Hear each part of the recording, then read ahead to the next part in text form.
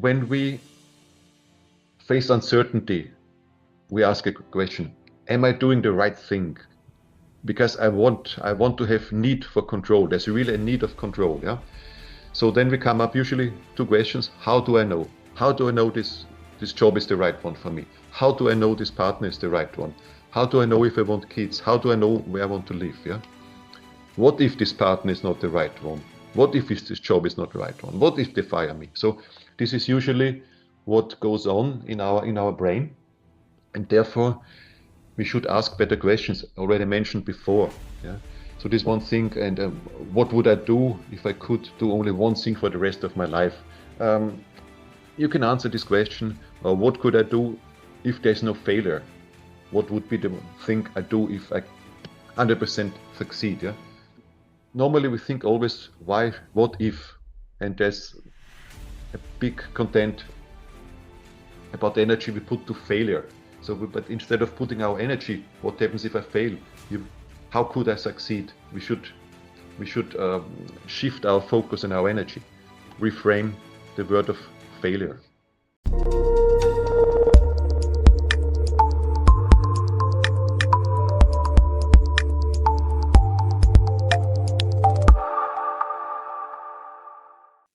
Hi there, welcome to the replay of our after hours discussions with professional coaches.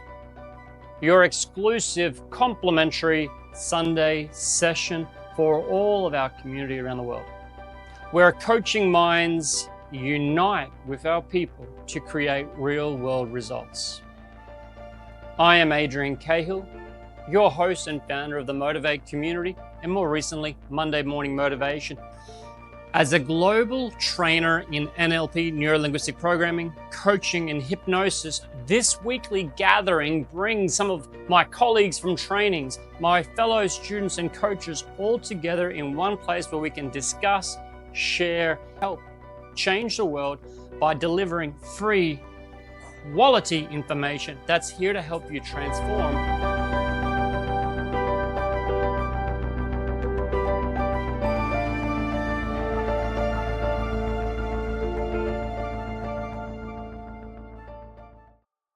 So we have different levels how we can deal with uncertainty. And by nature, we want to be certain about the things. So think about, in your daily life, what are the things you like to be certain and where dislike certainty, or even if you like certainty. Normally, let's say we have a routine in the morning. We get up at a certain time with the work day, the alarm clock rings, we have a certain procedure, going to the bathroom, taking clothes, having breakfast, having our coffee. I think we are certain that every morning during workday at least is more or less the same. So then we go to work, we want to be certain that we go to the office, everything is like usually, we deal with the certain business. But then there are things we like to be uncertain. For example, when we have lunch, we go to the canteen. Would you like to have the same food every day? No, we don't. We like to have different food every day.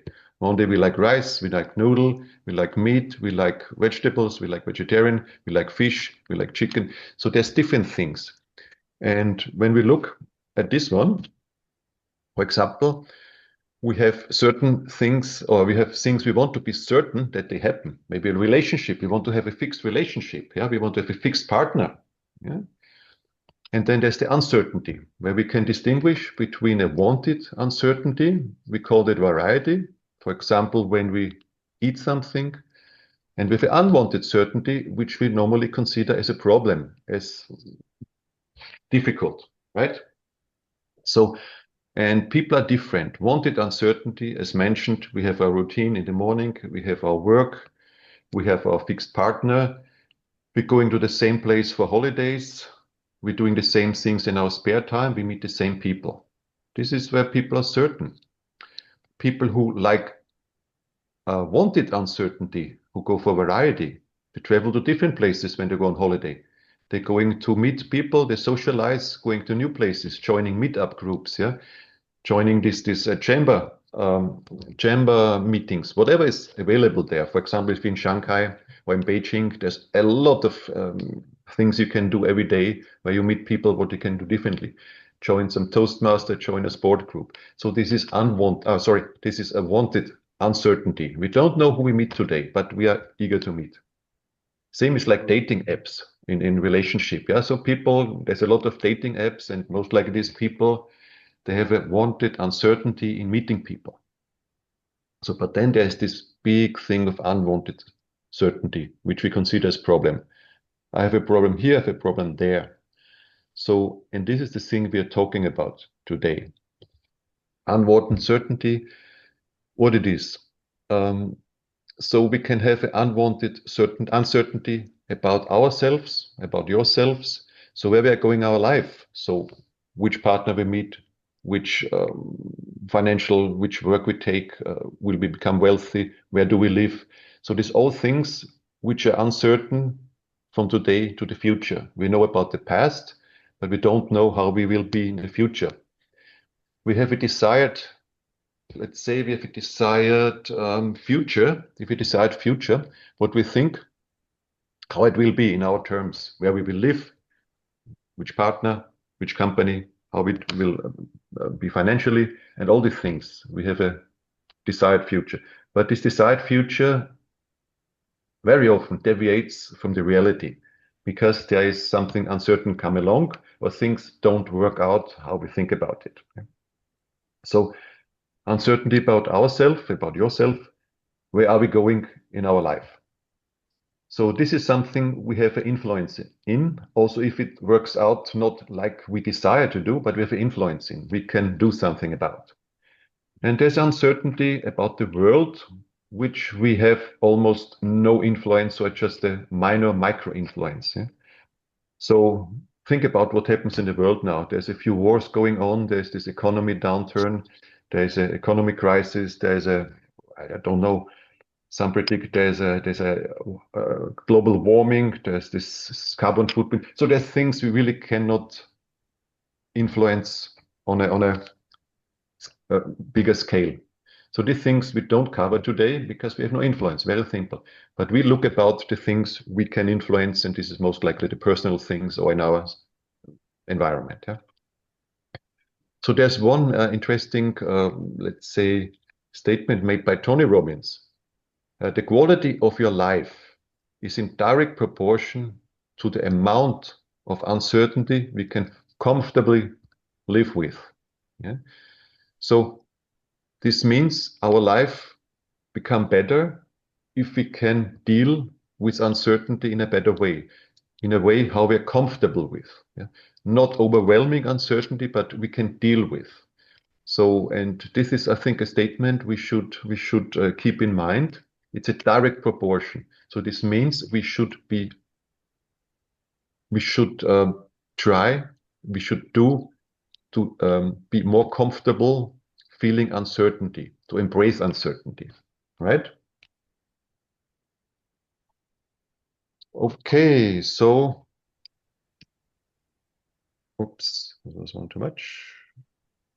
Unwanted certainty can cause, what it causes if we don't feel it.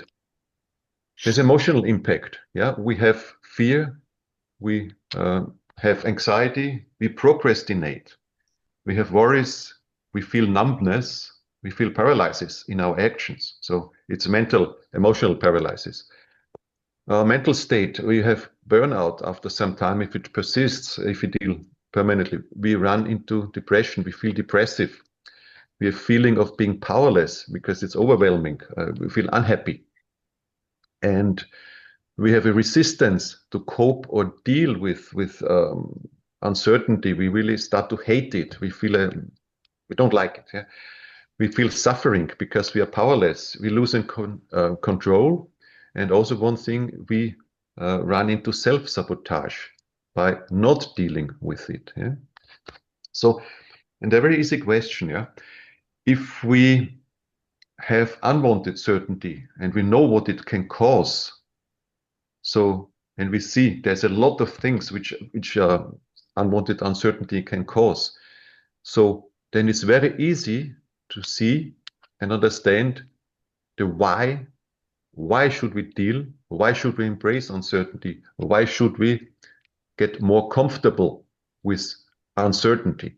So, and think about it. You can deal with anxiety as a symptom. You can deal with fear as a single symptom. You can deal with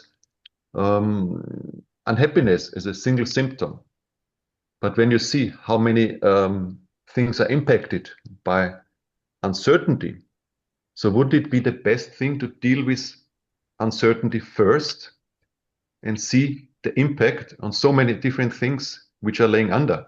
Procrastination, for example. I guess everybody of us more or less procrastinates sometime, right? So we can deal with procrastination.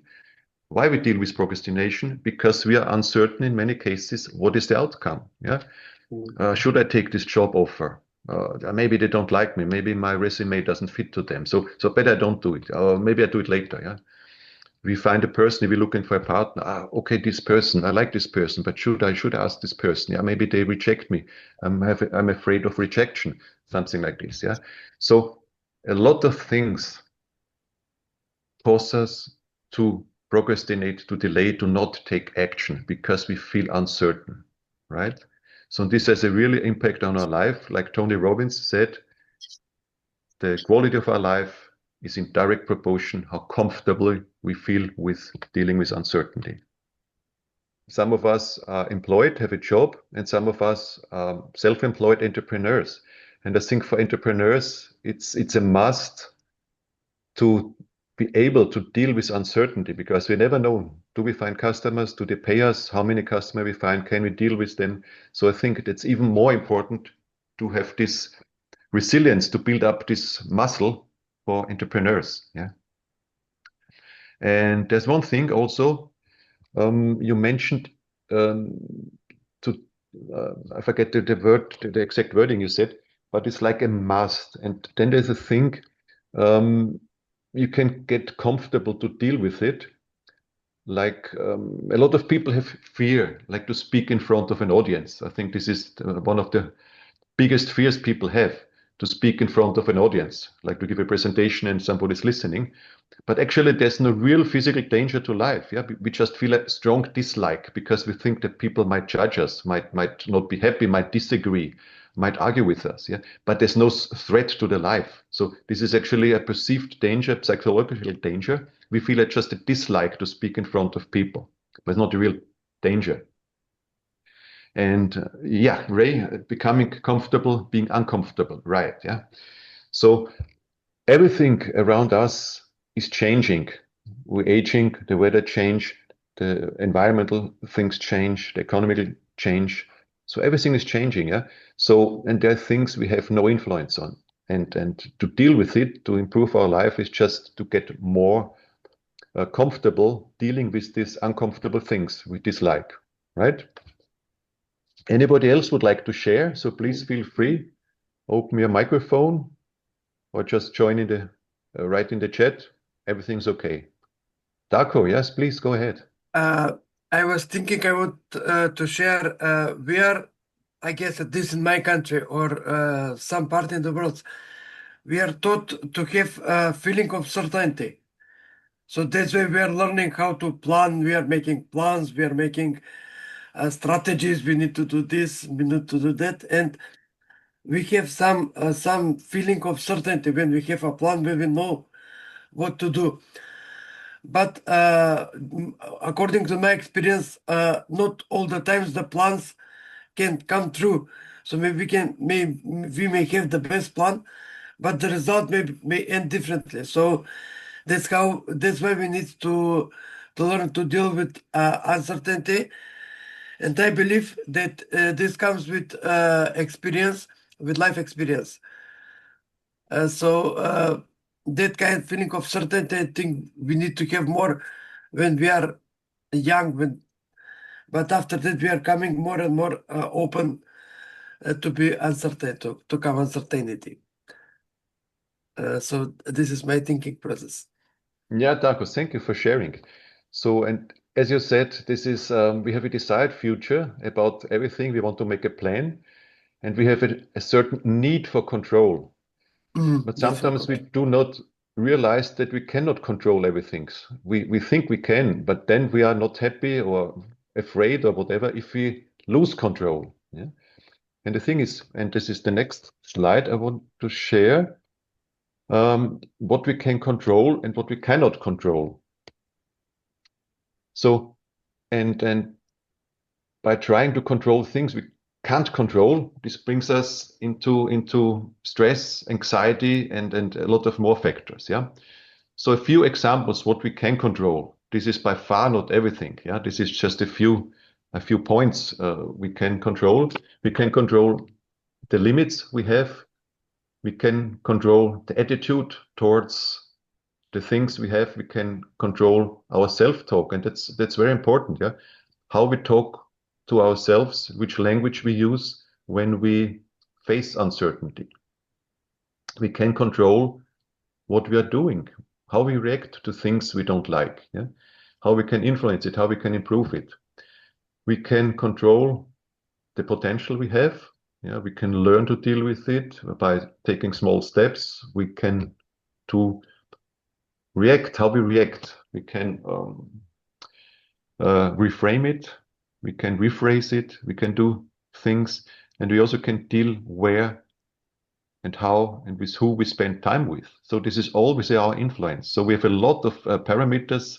We have a lot of resources we can influence. Yeah? And this is where we are in control. But what gives us some unwanted feelings is things we cannot control, or if things run out of control. So what we cannot control are, for example, others' opinion. So we can try to influence people or impose our view on them or try to manipulate them, but they will always have their opinion. They will have their opinion on us. They will have their opinion on other things of the world. Yeah, how they view, how they perceive the world, their map of the world. We cannot really influence it. We cannot control it. Maybe we can influence it a little bit, but we cannot control it. Yeah, how people behave, others' behavior to us, towards other things. Yeah, we cannot control the past. We cannot control the future. So, and especially the future, this is where a lot of uncertainty is. We have uncertainty about the future. What happens tomorrow? What happens during the week? What happens next month? What happens during next years? Yeah. We cannot control time. Also, we cannot manage time. So time management is something maybe as a misleading word. We can only deal with it or prioritize things we want to do during the time, but we cannot control it. Yeah. So definitely we cannot control what others say about us. And this is something also we have to learn and accept, let them talk. We cannot control how others treat us, but we can set boundaries. Yeah, so we can control the boundaries we have, like other treat us. We said, okay, we don't accept how you talk. We don't accept what you do. So we can do this one. We have a control about our boundaries, but we have not the control about what others say about us or what others do to us. One thing is also we cannot control aging, and that's the physiological aging. We can do something, we can control a bit our maturity, how much we mature. Our biological aging we cannot control. This is when you were born, from this day on, time, but we can influence and control how much mature we get. And sometimes the maturity age does not fit the biological age. Yeah? Sometimes you can see this. Okay, we can plan, speculate, and hope, right? We always can do this, and hope. Sometimes we get disappointed, or hope doesn't come true. Our hope doesn't come true, then we feel disappointed. We feel stressed out, and these things always come when we hope. So, and Tanya said she felt motion sickness for mismatch of expectations and uncertainty, right? Yeah, thank you for sharing. Yeah. So the experience of uncertainty, right? Yeah. So this is, I guess, we all have. Also, if Klaus says he's comfortable with uncertainty, but there for sure will be some uncertainty. We're not feeling comfortable, and we might experience negative feelings, procrastination, or whatever. So it depends on the level and how comfortable we are. We can prepare, control our communication to maybe have an influence on the outcome. That's true. Yeah, we can influence it, but we cannot control it. This is we have to distinguish these words. some people's behavior. We can set boundaries. We can, by asking questions, guide the people there, what we want. We can influence it a little bit, but we cannot control it. Yeah? So think about when you were a child and your parents want only the best for you, or the people you grew up with. Did you always agree as a child what your parents wanted? And the parents definitely wanted to control you. It's for you, it's the best. When you were a child, did you agree always? Or was there some, let's say, room for disagreement, for arguing? Yeah? No, there Never, is huh? many times there is disagreement, Right, yeah. and So, and now I can notice as a parent, there is this disagreement from my children, let's say, but I guess it is because of the time gaps, because we are older. yeah. They are living in different times, so it is the same when I was children. So I was disagreeing with my parents. Thank you, Darko, for sharing. This would have been my next question. So, for the people who have kids, do you have control about your kids? The younger they are, the more you have control, but the older they get, you lose control. So they have their own Yes, opinion, yes. they have their own intention, and you want the best for them, but they want a different best. Yeah. So we're losing a little bit control out of it. Maybe And occasionally just the illusion of control. right, the illusion. We Or have a hope need of for control. control and the illusion. Yeah. So, and also, I saw Karina was petting her dog. So we might have a little bit control about the behavior of a dog, but when you compare it to a cat, do you have control about the behavior of a cat? Totally different, yeah. So the dog most likely follows, while the cat not really takes care, yeah. All right, so That we makes should, sense. pardon me? That makes a lot of sense. I never Yeah, thought of that. We don't control cats, they're all over the place. But dogs, we give them commands. I never thought of that. there's this book Adrian mentioned before from Michael Grinder, Cats and Dogs. So, and that's quite funny to read how Yeah? the big Okay. different behavior, yeah. Yeah. So the dog thinks, okay, she's treating me well, she must be a king. And the cat would think, for example, oh, she's treating me well, I think I'm a king, right? So there's a different points between dog and cat. Interesting book to read, yeah, can recommend. Yeah? Recommended by Adrian the first. Okay, said about this one. And there's also one thing, and especially Karina is listening. You had some talk about uncertainty some time ago, maybe 2 years ago, something like this. And of course, I had a look on this one. Yeah. And there was also mentioned uncertainty and anxiety. So we should define clearly what's the difference. Yeah. So when we look uncertainty about something is simply a state of not knowing something. We don't know what will happen tomorrow. Yeah. So simply. And the anxiety is actually the emotional response to that one. Yeah. So for example, to a threat or this uncertainty. So one is things which will happen or not knowing something and happens, and then we don't know the response. And uncertainty come from external. We get fired in the job, it's raining, there is the metro is delayed, there's a whatever traffic jam. So this gives us uncertainty what will happen. So it's external, while internal, we're feeling anxiety because will be late to work and there will be consequences, something like that. Yeah. When we look at uncertainty, it's not predictable to a certain extent. Some might be, but in many cases, they're not predictable. So they're unpredictable. And anxiety is just a response caused by uncertainty or even by imagined threats or imagined danger, imagined fear. So this is a big point that maybe the things are not really a big issue, but we make it growing in our minds. Yeah? For example, would be, I don't know if I get the job. We're going for the job interview and we don't know if we get it. So that's a fact. We might get it, we might not get it. Yeah, that's the uncertainty we have. But the thing is, I'm nervous and worried about not getting the job. Yeah, so this is our response. So anxiety, fear, is the response to uncertainty. Yeah? And uncertainty, it can be neutral, can be even exciting, can be also damaging. So we don't know yet. It's just uncertainty. Yeah? So we should see it more neutral in the beginning. Yeah?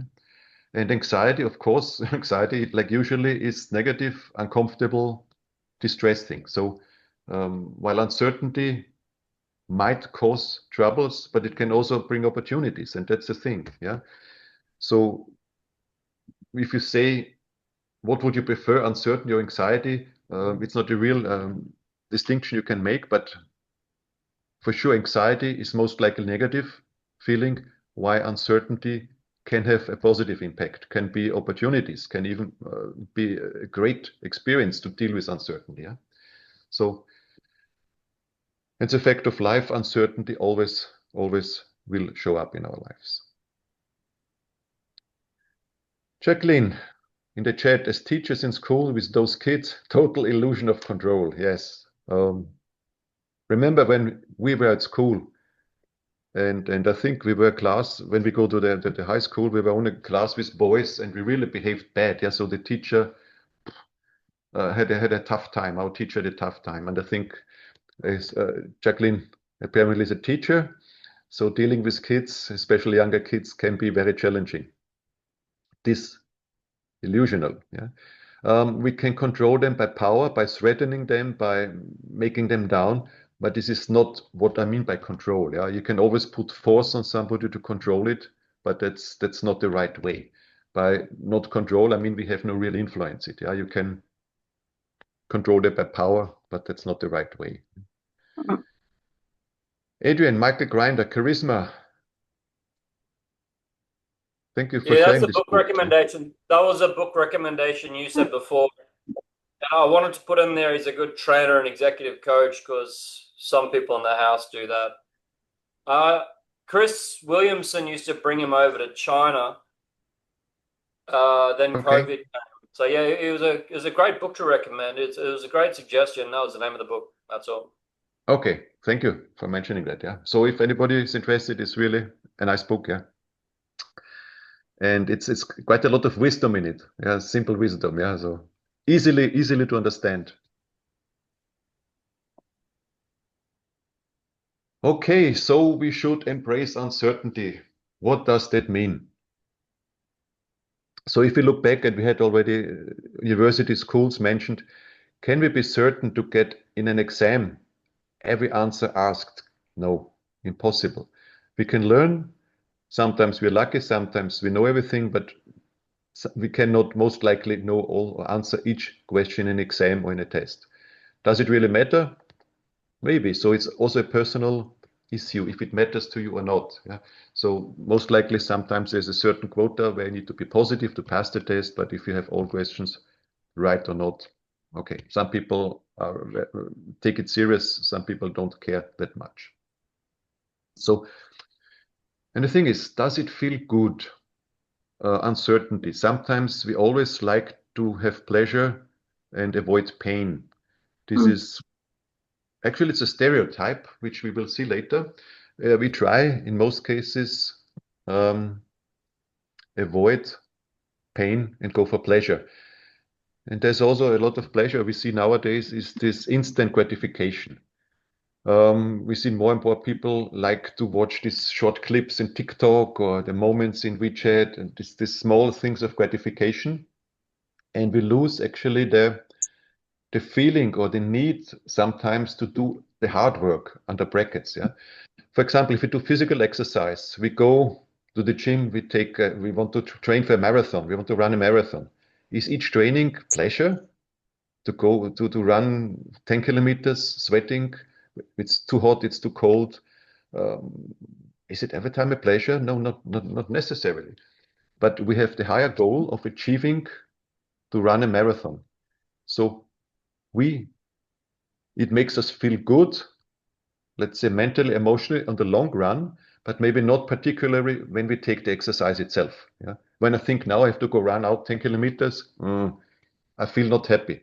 But once I do it, once I run, maybe also not feel happy. But once I did it, once I finish my 10 kilometers run, and go to shower and think, okay, this was part of my bigger goal to run a marathon. I feel good about it, yeah, but not while doing it, most likely. Yeah, I can enjoy it and go to a flow state. Yes, I know, but most likely I feel better afterwards when it's over. So also to the gym, if you go to the gym and lifting the weights, this might be a little bit exhausting, but you feel better afterwards. So how can we deal with uncertainty? And if we feel not comfortable or not too comfortable with it, we usually resist it. We kick back, we scream about it, we become a victim of it. We are victimized, yeah. Or we can learn, like Klaus said, simply do it. Become comfortable with being uncomfortable was one statement, and also to become more comfortable dealing with uncertainty. So, and one thing also mentioned procrastination, and I procrastinated quite a lot because thinking about uncertainty and also wanted to be a little bit or some kind of perfectionism is also procrastination. I don't do it until I think and have a plan to get it perfectly done. So, and unless I don't have the plan, I don't even get started. Yeah. So, and this make me lost a lot of opportunities by this thinking. So, and now I think a little bit different. So do your best, get the feedback, and then improve from it. Yeah. So this is also when we look, if you compare businesses, let's say between German and American. Yeah. The German want to do everything perfect before they start the business, might lose time. Yeah, it's maybe a stereotype, but we can see a little bit differences. While American, US ways, just do it and then improve it. Maybe if we fail, okay, we failed and we start another one. Yeah. While for our, let's say, European thinking, this is a little bit different. We want to start a perfect way and make sure that we really will progress and be successful. But I think the better way, the more successful way is just do it, get feedback, and proceed from that one. Be open-minded. Mindfulness is one big thing. Be open-minded and embrace it, uncertainty. As mentioned before, it cannot always be negative. It can be neutral, and it even can be opportunities. You never know who you meet tomorrow, who can be a positive effect on your life. Yeah, maybe you need a person. If you're an entrepreneur, you meet your best customer. Maybe you need a business partner. Maybe you meet your perfect partner for life. So you never know what it is. So, and if we are open-minded, if we see it positively, if we wake up in the morning and say, okay, it's a great day, and looking forward for the things that will happen today in a positive way, instead of, oh shit, everything happened and I don't want this, and what happened to me in a negative way. Yeah? So being grateful that there is a level, that there is a certain uncertainty, yeah, and to be open for what comes along in any terms. Yeah. So and you can always either have a positive impact or learn something about. Yeah.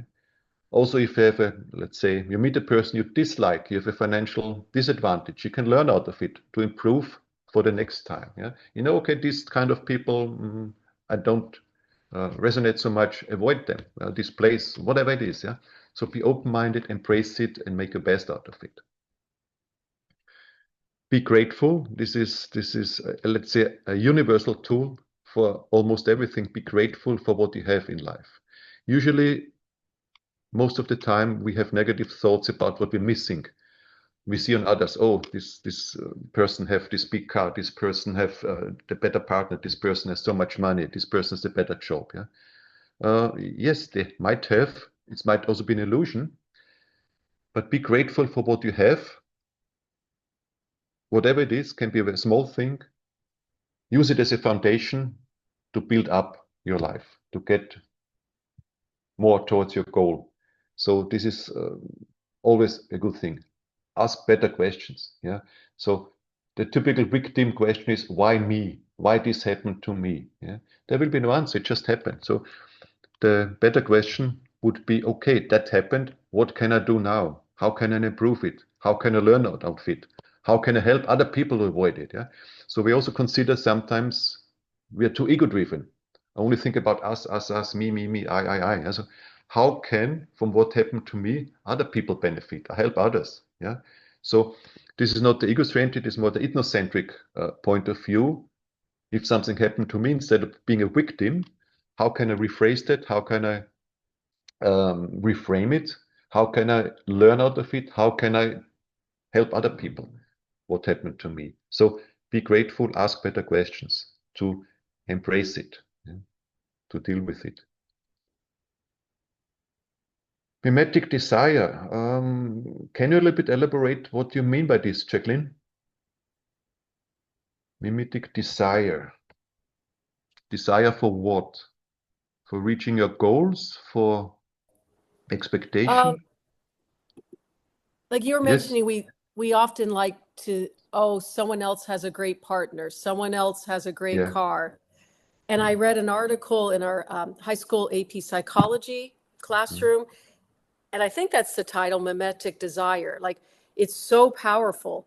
I want to research it more, but based on we desire things that others have around us.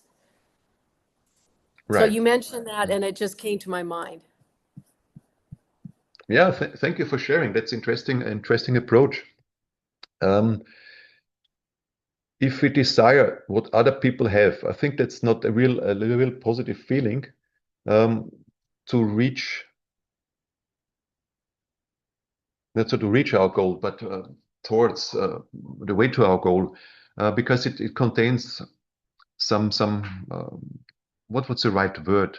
If I desire something, what they have, it's a little bit greed, maybe. They have it, I don't have it. I feel victim. Is greed the right word? What would you say? Oh, I feel I'm not good enough to have such a partner, or whatever. There's a negative feelings, negative emotions around it. Yeah. It could be, for example, if we're grateful for what we have, but we can also be grateful for what that person have. Yeah. Give a positive energy to that person. Wow, I'm so grateful what this person have a good partner. He must be a good person to have such a great partner. Yeah.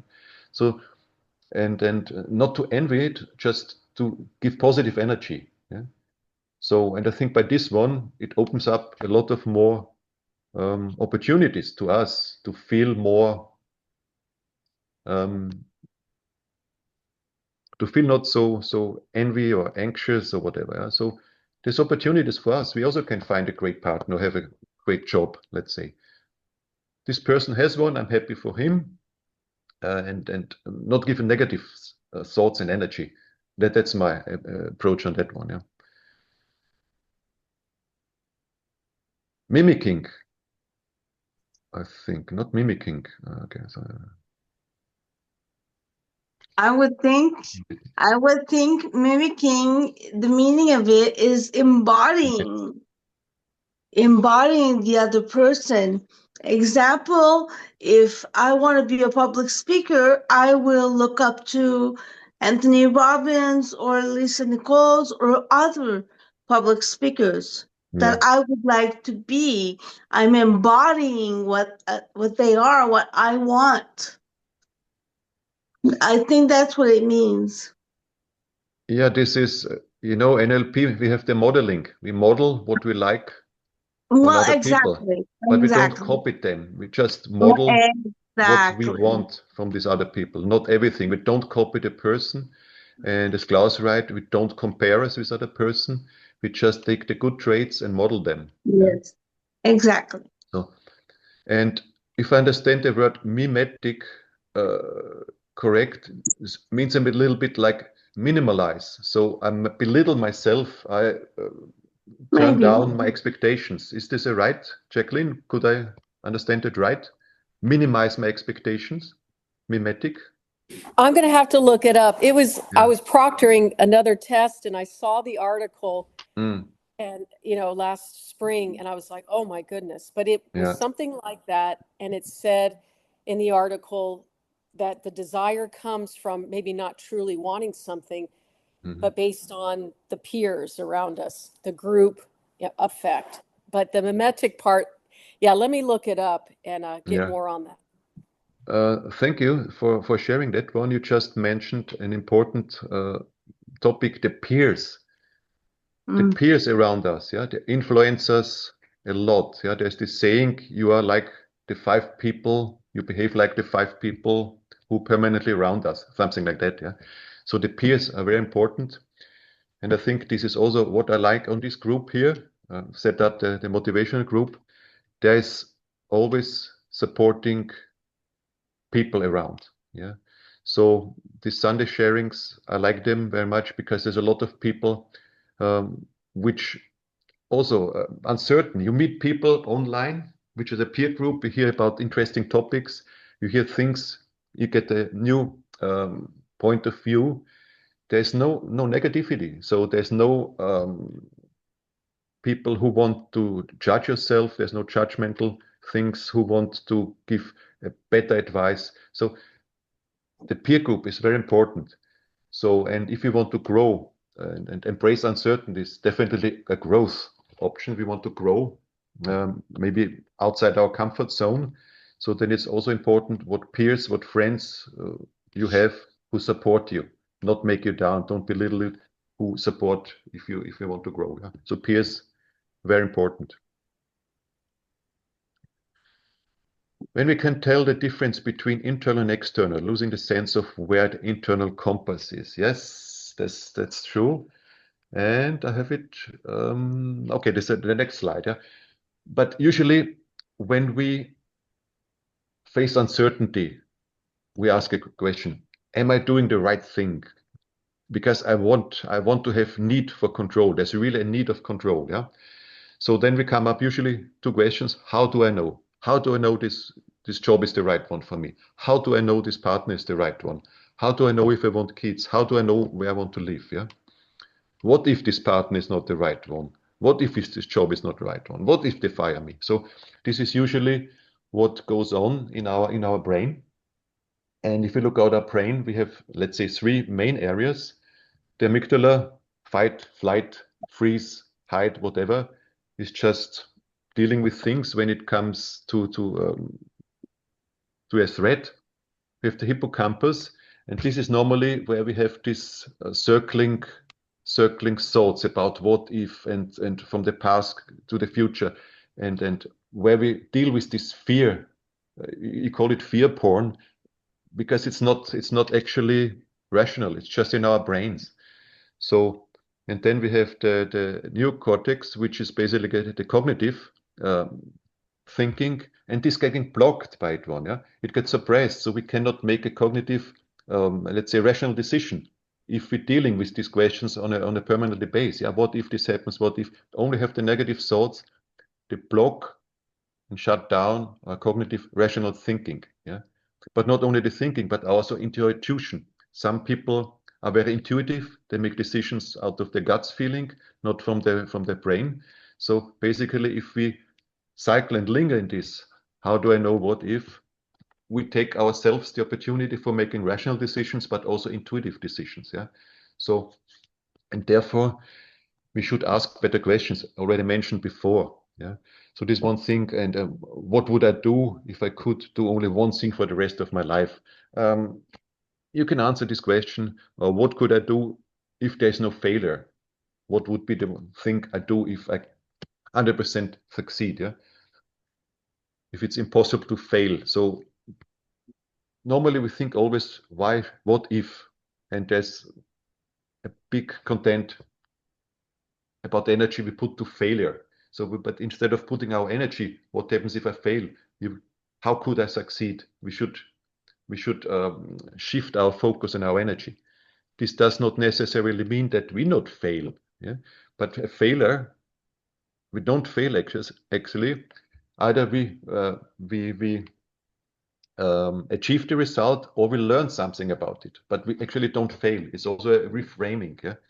Failure is just a word we have learned, which people use, but actually we've learned something or we succeed. Success or we learn something. Yeah.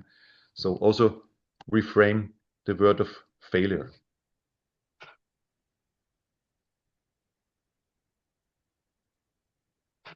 Okay. So how do we reduce the need for certainty? And that's one thing. which is very interesting.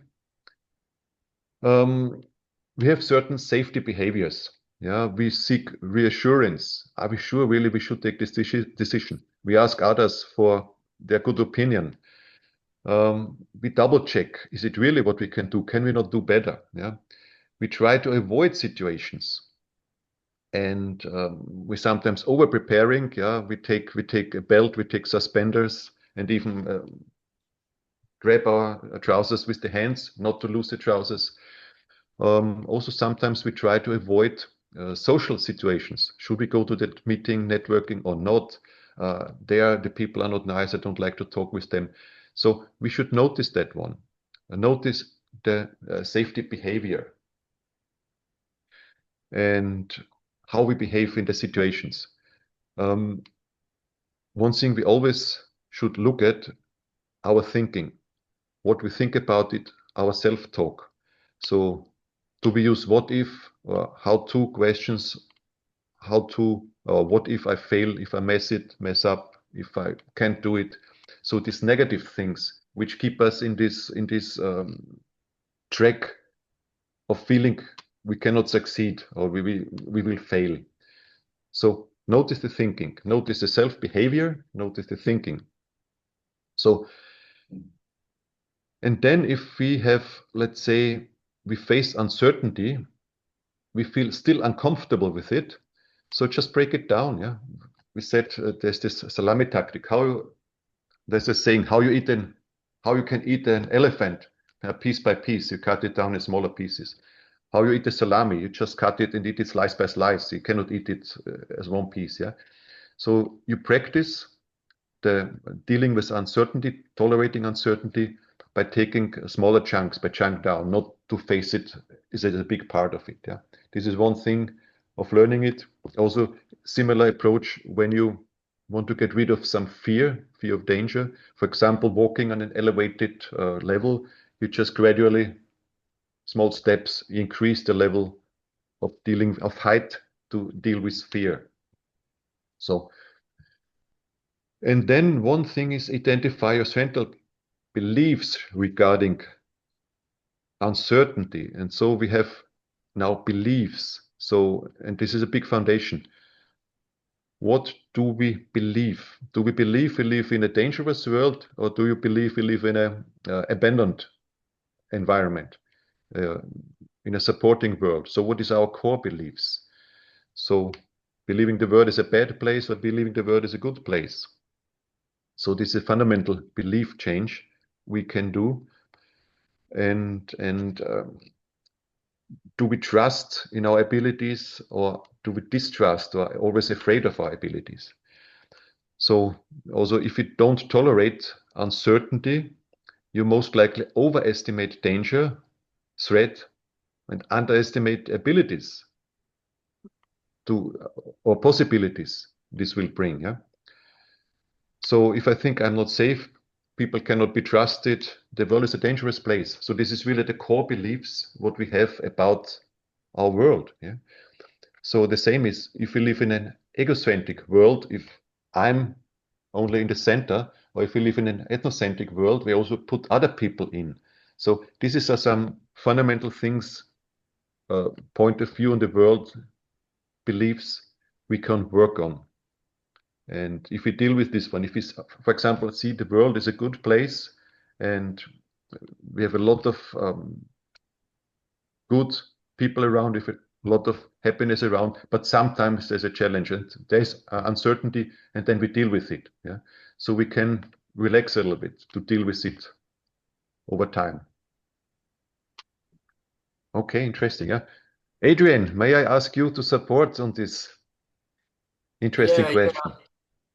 I just lost control of my button here. Sometimes I struggle to get the mouse to work, and I think sometimes the bottom half of our body, or a leg or an arm, part of us can not work.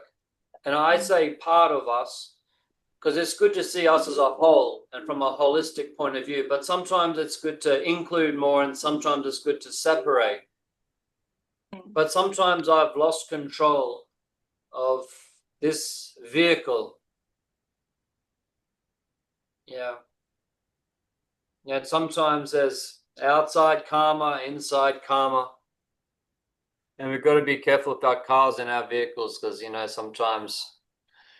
And I think it's the secret. And sometimes we hear this like taking responsibility for everything. Mm. But sometimes happens. Sometimes shit happens. Fair enough. Yeah, and it hurts. And it Yeah. hurts sometimes. And it hurts people around us. Mhm. And some people seem to wear their heart more on the outside. And for some, it's in. Yeah, but I like to use it all, kind of use it all. And Harrald mentioned core beliefs. And it's very easy to have a core beliefs a little bit off. Like my sister always said, you can do anything, but not everything.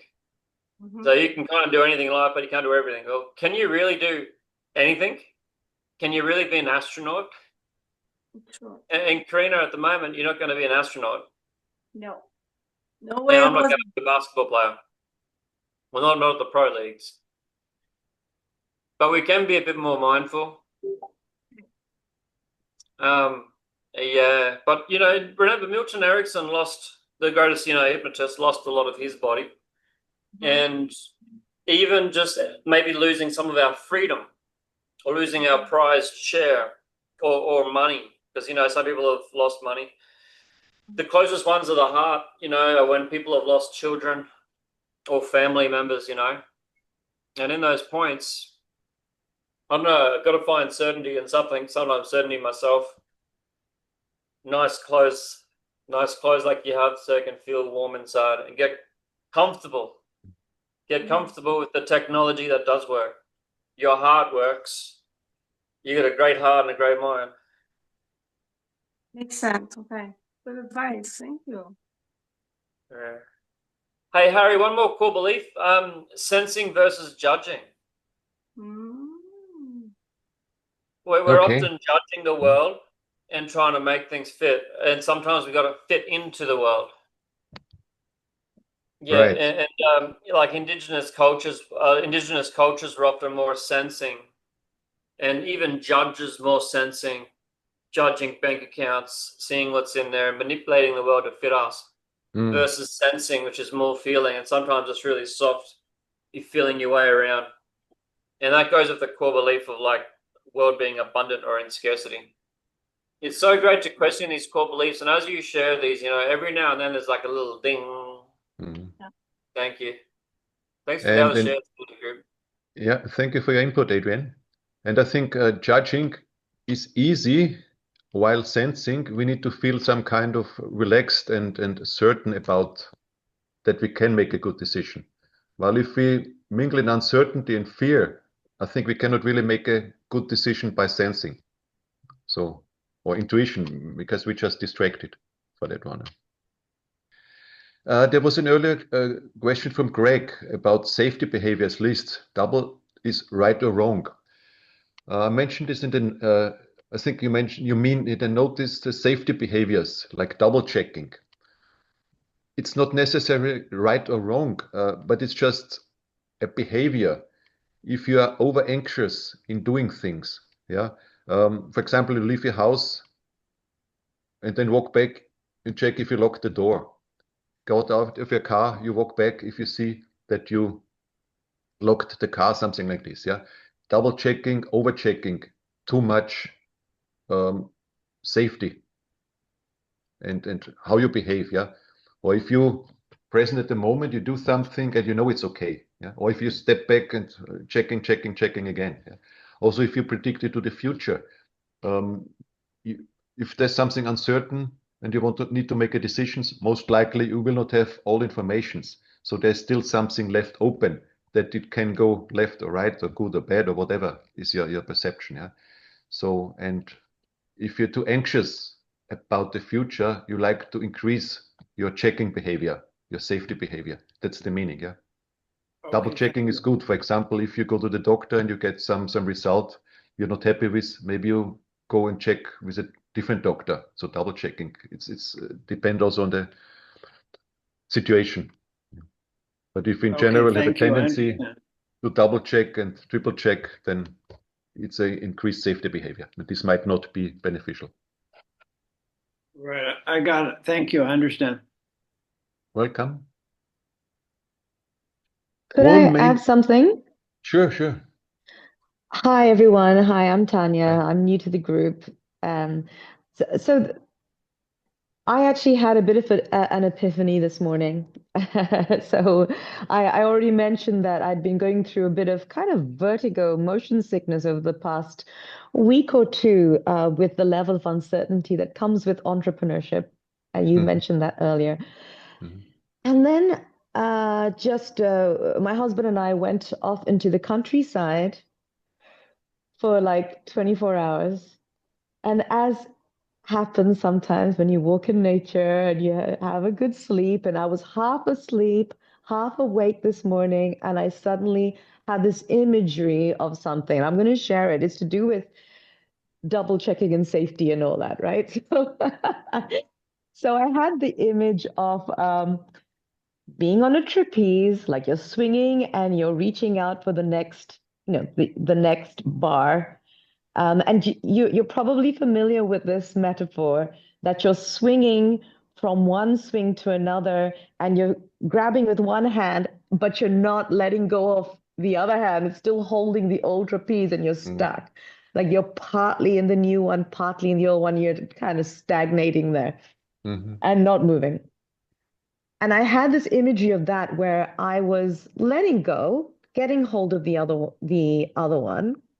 But not just that, I felt like that safety net below, I could just say, it's okay. You don't have to be there. It's okay. And this is not about double checking with doctors. Please do double check with doctors. This is more about the psychological safety of, taking a leap. And what continued with this metaphorical vision, if you like, was that if I didn't tell the net to go away, it was actually closing in on me. It was actually holding on. The net was closing. Like the safety nets that worked well in the past, guess what? They're no longer useful, or I no longer need them. Like if I fell, there's nothing bad to fall to. I mean, whose judgment am I worried about? No, nobody, the people I care about, it's fine.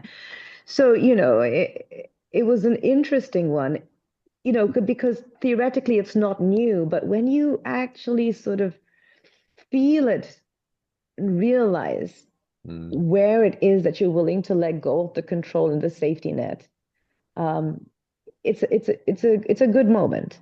And so, yeah, physically I felt completely different after that, which happens sometimes, when you have a real emotional and mental shift.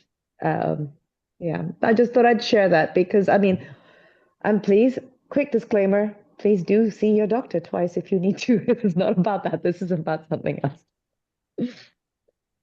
Beautiful sharing. Thank you, Tanya. Yeah. So sometimes what is good in the past is now holding us back. Yeah. Like your safety net, you don't need it anymore. Maybe it's not holding you back, but you don't need it anymore. So you outgrow the safety net. Yeah. And this is also this, let's say, kind of emotional maturity we gain, which is maybe not proportional with our physiological age. Yeah. So sometimes we're a little bit lagging behind in emotional maturity, and sometimes we are far ahead. Or some people are far ahead. Yeah. Some are lagging behind. Yeah.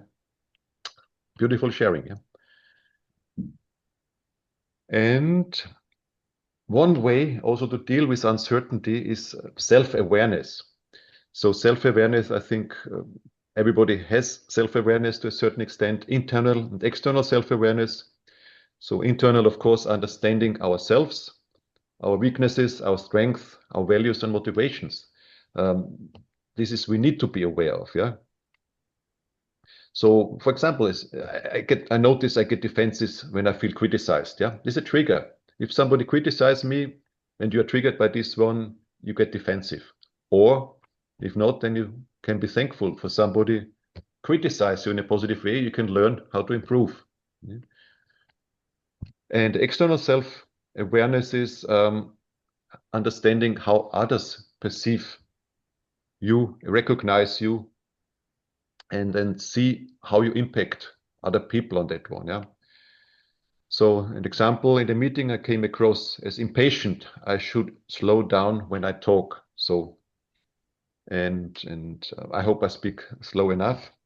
But this is the internal and external self-awareness, how I look myself, and then also perceive how is the reaction from others towards to me, direct or indirect. Yeah.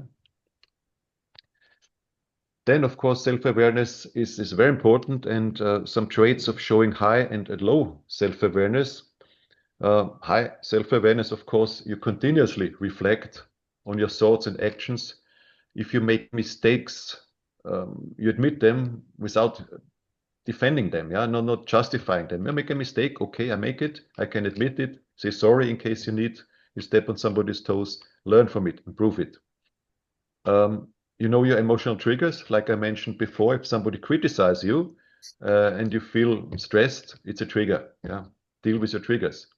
You know your core values. So, and if you ask people for feedback, know who you ask for feedback and then take it seriously. Some people might give you always a negative feedback, no need to ask, but people you value and you know who can give you a positive, not a positive, but a feedback. Honest feedback is the right word, yeah. And if you have a low self-awareness, you blame others constantly, you're the victim, you're repeating over and over the same mistakes, which might be a pattern. So look at your pattern, what pattern you have in doing certain things. Yeah. There's a saying, for example, relationship. They have the same relationship with different partners. So it's they find a partner, break up, find the same type of partner over and over. So there's a pattern behind. Find your pattern if you making the same mistake over and over. The more we have mirror, because we're always comparing to something, without a comparison. So a thing is nothing, it's in relationship. So there's always a mirror from someone or a thing, and it can be feedback, like something not working. Part of the body not working, part of the environment not working, part of the objects not working. But this self-awareness you're talking about, 100% plus another 1,000%. The self-awareness and to catch our core beliefs, or to catch who we are, or to get adequate reflections. And we can say words like good and bad, but they're judgment. Pre-judgment, if we can just get experience back, or two descriptions. If you're going to learn how to coach, you might have learned a couple of different descriptions from different people. So a richer world, multiple descriptions. We got to get more skillful with mirrors and how we are mirrors, and learn different strategies for this self-awareness. This self-awareness is huge. But another way of seeing self-awareness is perceptual positions.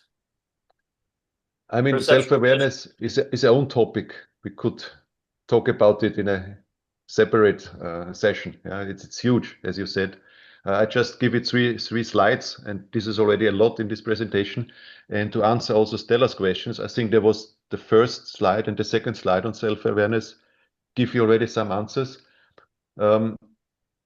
You reflect on your thoughts, on your actions, and also you ask others or look what others reflect on your actions. Yeah? The feedback you get from others, who you can value, the feedback. Yeah. So you find out your core values, you recognize your emotional triggers. Yeah. So, but it's not blaming. You don't blame others constantly. So you only look how you can improve yourself. This you think you have control about yourself, not about others. Finding the same mistakes. I think this answers repeating mistakes. Same. So this should answer, I think, part of your question already. And we have also a third slide on self-awareness, how to build it. And I think this is said before, internal, external feedback you get, look at yourself, reflect it in a journal, means write it down. Yeah. What are your feelings, what happened and why? You write down what others say about you, the feedback, Why? So you do it, journaling. You write it down to read it over and over. Do it every day. Yeah. You can pause and also reflect. Yeah.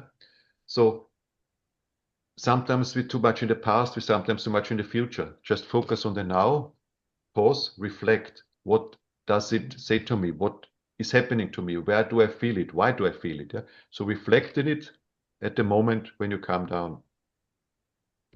Seek feedback from others, also mentioned before. Trusted people, also mentioned before. How do I come across? What people, the peer group you like to be, trusted people like coaches, like in the Motivate community, ask you, how do I come across? Yeah. Tell me something. Where can I improve myself? Something. Yeah. Feedback. Practice mindfulness. Mindfulness also a universal tool. Be mindful what you're doing. Be mindful about others. Notice the thoughts, feelings without judgment. Don't judge others, but also don't judge yourself. Yeah. Just things happen the way they happen. Yeah. And you can deal with it. And track your triggers. Everybody has some triggers. In relationships, it's easy that the other person in the same household living with you trigger you by doing something. In work, people say the wrong word and you explode without apparent reason. That's just the triggers. Yeah, watch your triggers, also work on them, and if possible, desensify them. Yeah, just okay. People don't necessarily trigger you on purpose. It just happens that they talk and they just okay. So one self-awareness, and now we have self-sabotage. Yeah. So, and I mentioned before, we try to look for happiness or for pleasure and try to avoid pain. And I said not necessarily. So there was experiment made with electric shocks. So a person was they put electric cable on them and they had to answer questions. And every time they answer wrong one, they could get electric shocks. Could. So in one case, they said, okay, you answer wrong, 100% you get electric shock. You have pain. And the other said, okay, you answer wrong, and only in 50% of your wrong answers you get electrical shock. So the person gave a wrong answer, but was uncertain he get an electrical shock, yes or no. And the thing is, the researchers found out that people preferred to be 100% sure they get electrical shock than to have the uncertainty, only they might get the shock 50%. Yeah. So this is quite interesting. Yeah. So people, when self-sabotaging, people prefer the pain than uncertainty, right? And this is also something which we should talk about. We're self-sabotaging in many things. Yeah. The brain hates uncertainty more than physical pain. This is also one thing. Yeah. And we have uncertainty of failure. This is normally where our brains circle. What if? How do I know? What if this happens? Yeah. And there's also uncertainty of success. If things are uncertain, we don't know. It's random. They can be in our favor. They cannot be in our favor. We don't know. But pain, in 100% of the cases, is not in our favor. Yeah. So, and that's a thing of self-sabotage. And there's a saying, and this is a no-go. I write a no-go. I'd rather expect the worst and have something good happen than I expect the best or hope for the best and be disappointed. Yeah, this is also a core belief, a mindset we have. Yeah, so and this is a no-go. We should not have this one. Yeah, this is, I said, is a no-go. So we rather expect the worst and have something good happen, and or to expect something good and get disappointed. Yeah. So please, one fundamental thing. Yeah.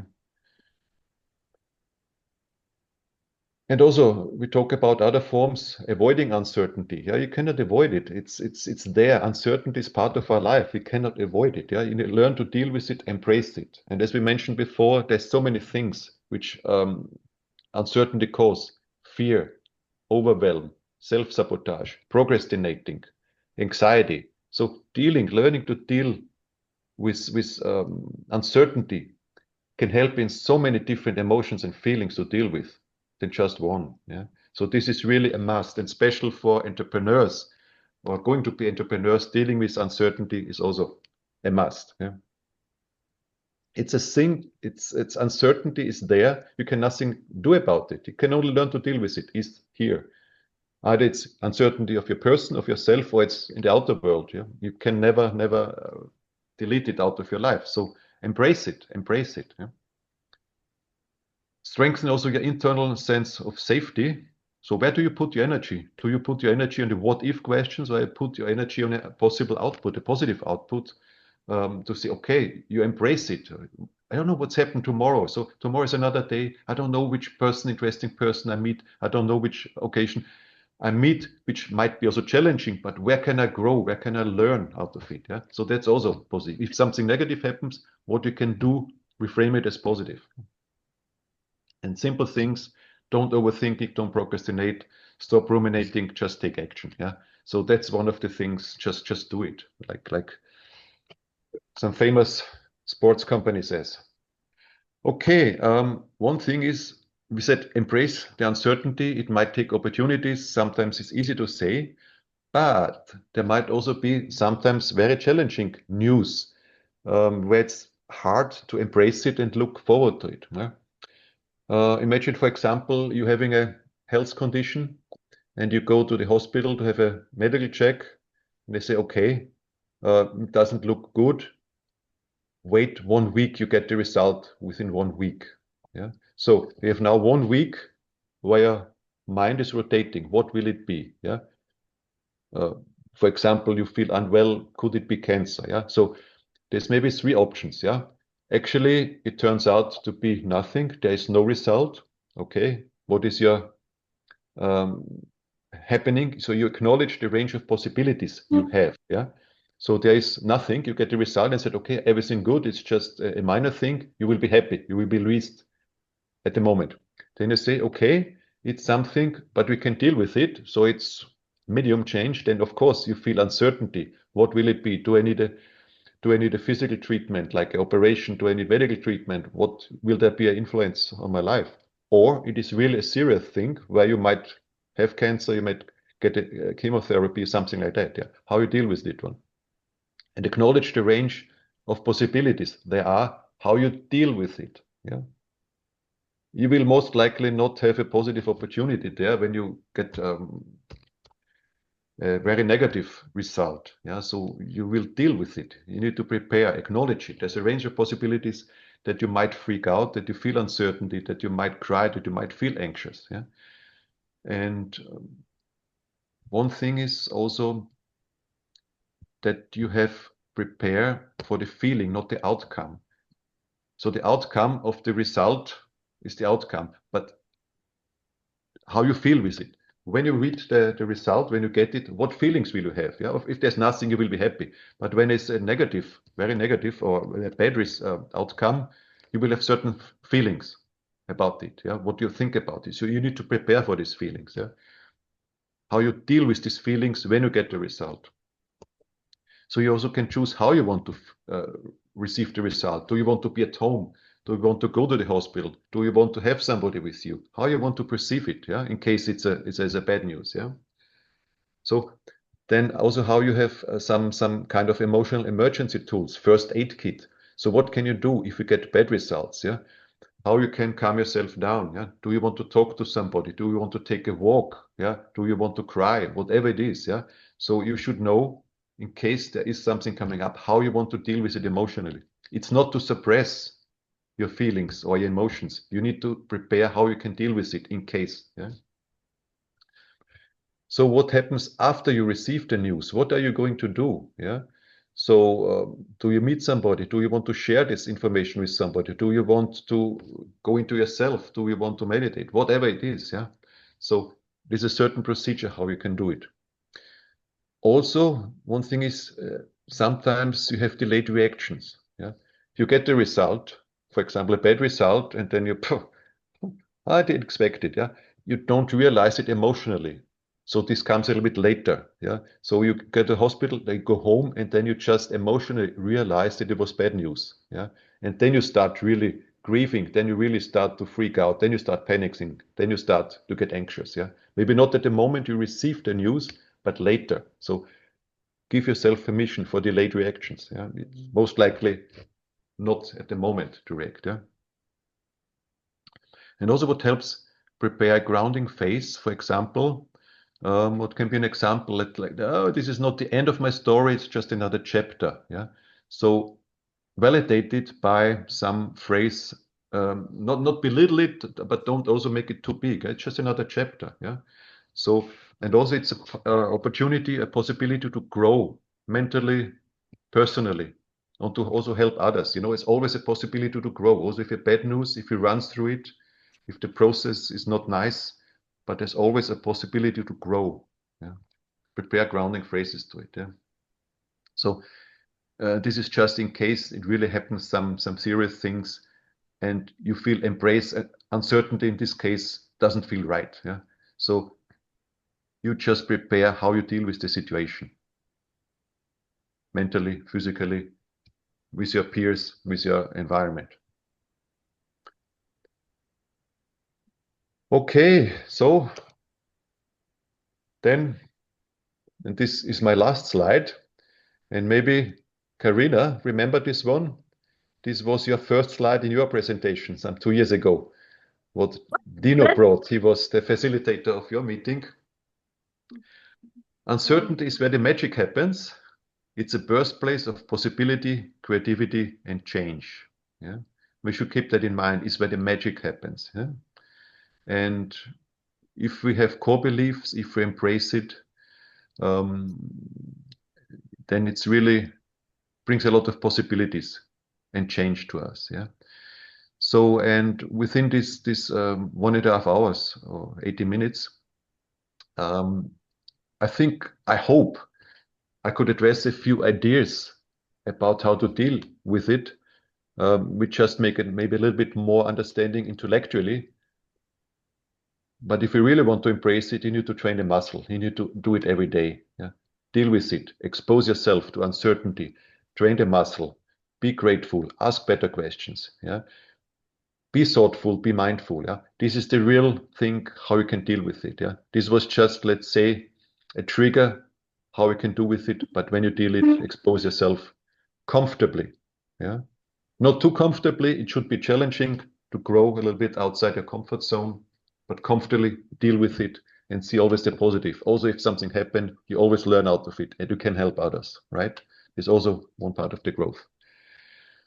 Boom! You made it here! Good on you. Make sure you click the subscribe button below and check out the playlist at the end. If you'd like to come along to our Sunday sessions where we host a live, free Q&A for our students and members, you're welcome. I'll see you there.